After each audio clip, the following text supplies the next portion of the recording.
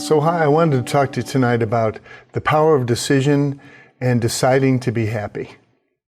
Daring to decide to be happy. So the thing that inspired me was a book that I have called The Power of Decision by Raymond Charles Barker. And I love this book. It's one of my favorite books that we have in Science of Mind because he was just very definite in his writing. And I really felt like he was speaking to me. And he talked about the power of deciding something and sticking with your decision.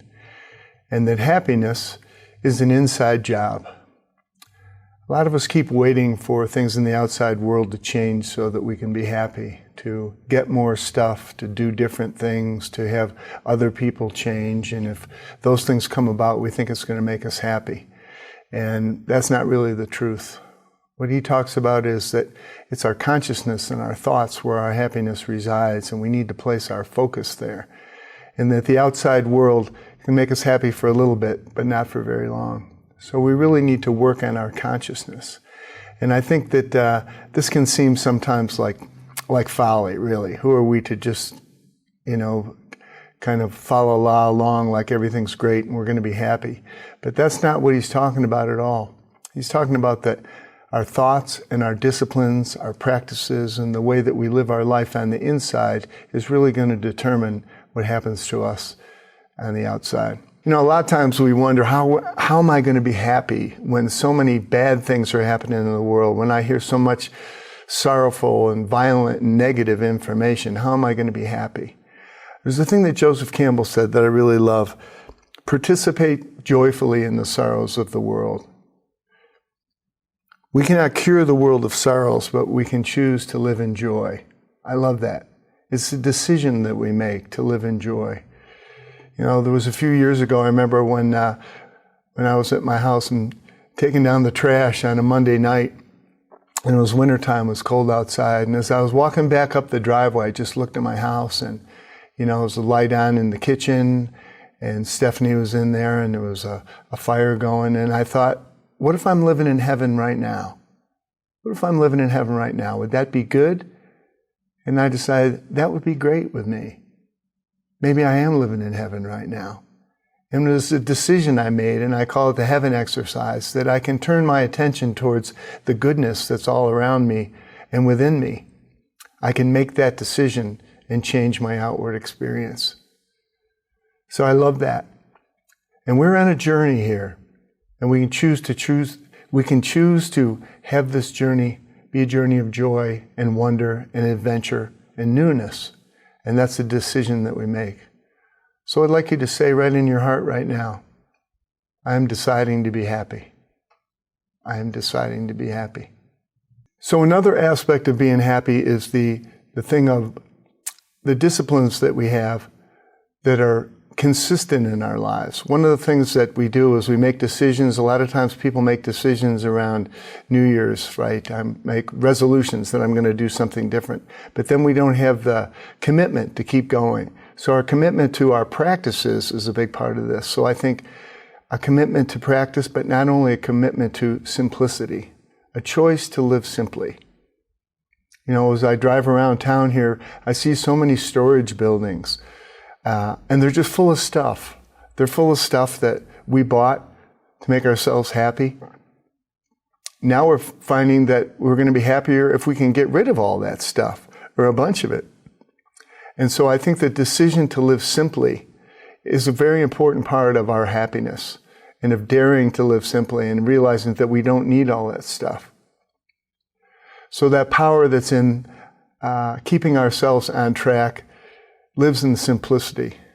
There's a story that I love about simplicity. There's a wealthy merchant who's traveling in the Middle East.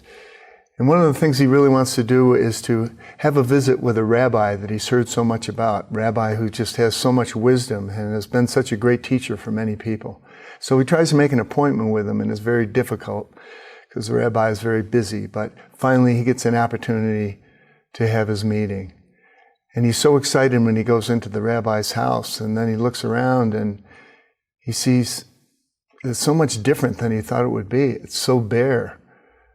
And he says to the rabbi, where are all your things? Where is all your fine furniture and your fine china and your fine linen? I don't understand. Where are all your fine things?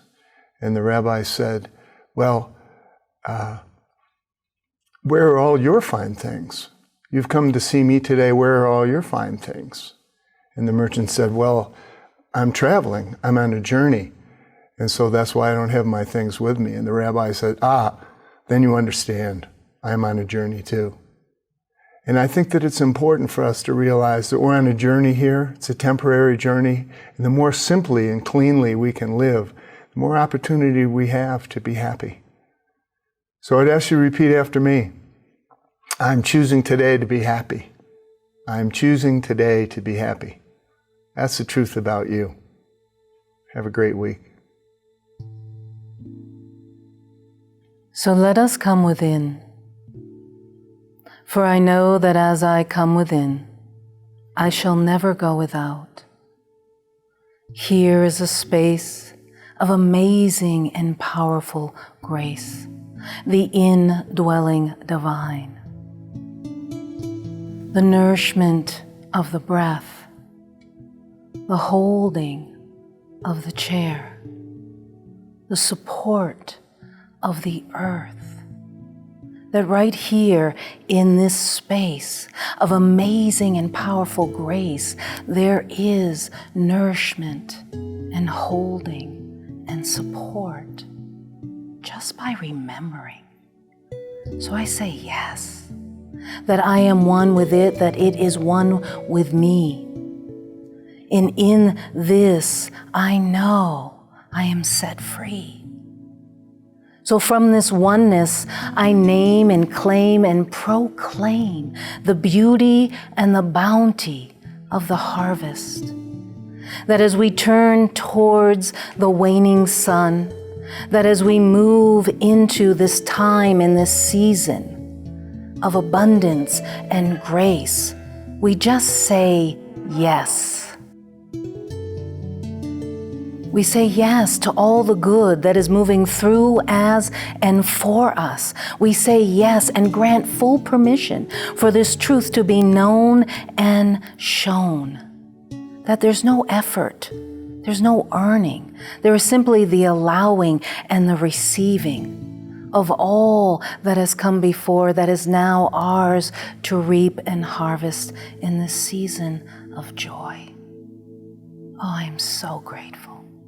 I'm so grateful to be awake, alive, and aware of this powerful presence, and to say yes, to grant it full permission, and to know that in this, it's already done, you see, for we get to release this now. We get to lift up and let go of any hindrances, any places or spaces of bondage or baggage. We release it fully from the limited to the unlimited and lift up to the divine mind, moving it into the law. For I know there it can and shall not return back void. It does and must and is multiplied and magnified. Oh, I accept this. And I expect it. And all that's left to do is to come into alignment, to come into agreement, to know that in the one, this truth, here and now, is already done. We just let it be. And so it is. Amen.